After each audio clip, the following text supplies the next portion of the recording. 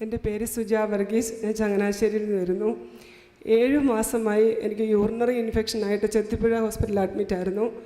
2 ആഴ്ച അവിടെ കിടന്നു. ആദ്യം ഒരാഴ്ച കിടന്നു, കുറവില്ലാതെ തിരിച്ച് പിന്നെയും പോയി. 2ാമത്തെ ആഴ്ച പിന്നെയും വന്നു. അവിടെ MRI ചെയ്തു, CT സ്കാൻ ചെയ്തു, അൾട്രാസൗണ്ട് സ്കാൻ ചെയ്തു. എന്നിട്ടൊന്നും കണ്ടുപിടിച്ചില്ല എന്താണെന്ന്. അപ്പോൾ ബ്ലഡിനകത്ത് കല്ലുണ്ട് എന്നാണ് കാണുന്നത്, പക്ഷേ ഇതെവിടെയാണെന്ന് അറിയില്ല. അത് കഴിഞ്ഞ് പുഷ്പഗിരിയിൽ അഡ്മിറ്റായി. 2 ആഴ്ച അവിടെയും കിടന്നു.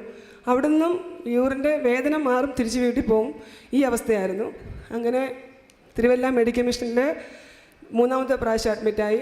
അവിടെ കേരളത്തിലെ 2ാമത്തെ സ്ഥാനമുള്ള ഡോക്ടറാണ് ജോസഫ് മണക്ക്. ഡോക്ടറുടെ ഇതിൽ നമ്മളിങ്ങനെ ചെയ്തുകൊണ്ടിരിക്കുകയായിരുന്നു. അപ്പോൾ ഡോക്ടർ പറഞ്ഞു സിസ്റ്റോകോപ്പി ചെയ്യാമെന്ന് പറഞ്ഞു. സിസ്റ്റോകോപ്പി ചെയ്തു. അവിടെയും 2 ആഴ്ച കിടന്നു. അത് കഴിഞ്ഞ് പിന്നെയും പോയി അഡ്മിറ്റായി. RD ചെയ്തു. അവിടുന്ന് ഇത് കണ്ടുപിടിക്കുന്നില്ല. ഡോക്ടർക്ക് തന്നെ സംശയം, ഇതെന്താ ഈ യൂറിനറി ഇൻഫെക്ഷൻ മാറാത്ത, യൂറിൻ പോകത്തില്ല, ബ്ലഡ് തന്നെ പോകുന്നു. അങ്ങനെ ഒരു ദിവസം ഞാൻ ഇരിക്കുമ്പം കഴിഞ്ഞ ഫെബ്രുവരി 28-ാം തീയതിയാണെന്ന് തോന്നുന്നു, വെള്ളിയാഴ്ച ദിവസം എനിക്ക് അതിഭയങ്കരമായിട്ട് വേദനയുണ്ടായി. മരിച്ചു പോകുമെന്ന് വരെയായി. ഞാൻ എൻ്റെ അമ്മച്ചിയോട് പറഞ്ഞു എനിക്ക് ക്യാൻസർ ആയിരിക്കും, യൂട്രസ് ഇറങ്ങി വരുന്ന പോലുള്ള ഒരവസ്ഥ. ആരും അത് വിശ്വസിക്കുന്നില്ല. എനിക്ക് അസുഖമില്ല. ഡോക്ടർ എനിക്ക് തരുന്നത് ഉറങ്ങാനുള്ള ഗുളികയാണ്, വേറെ ഒരു മരുന്നുമില്ല.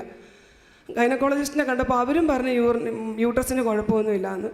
അങ്ങനെ അവിടെ വെള്ളിയാഴ്ച രാത്രി 10 മണിക്ക് ഞാനിങ്ങനെ ഹോസ്പിറ്റലിലോട്ട് പോവുകയാണ്.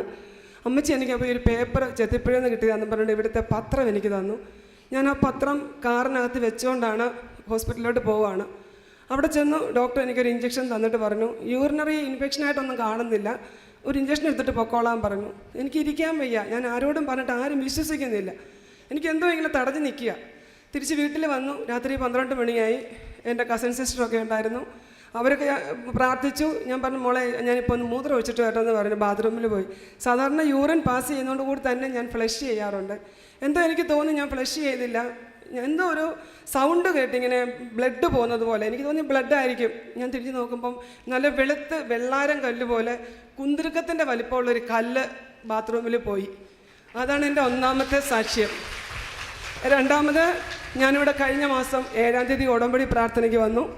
ഉടമ്പടി പ്രാർത്ഥനയിൽ വന്നു. ഉടമ്പടിയിൽ ഞാൻ സമർപ്പിച്ചു. ഈ യൂറിനറി ഇൻഫെക്ഷൻ്റെ കൂടെ തന്നെ ഞാൻ അഡ്മിറ്റായിരുന്നു ഹോസ്പിറ്റലിൽ.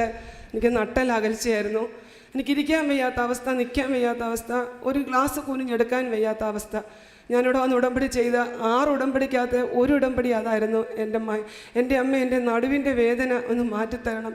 ഡോക്ടർ വെയിറ്റ് ഇട്ട് കിടക്കാൻ പറഞ്ഞു. ബെൽറ്റ് തന്നു. വെയിറ്റ് ഒന്നും ഇടാൻ പറ്റത്തില്ല. അതിഭയങ്കര വേദന.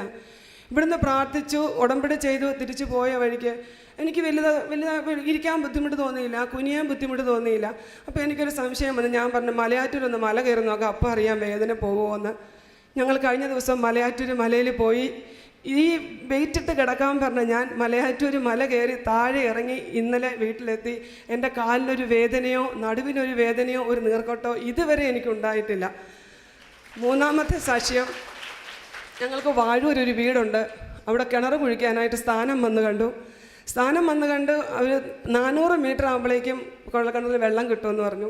400 പോയി 850 ആയി. 850 പോയി 900 ആയി. വെള്ളമില്ല.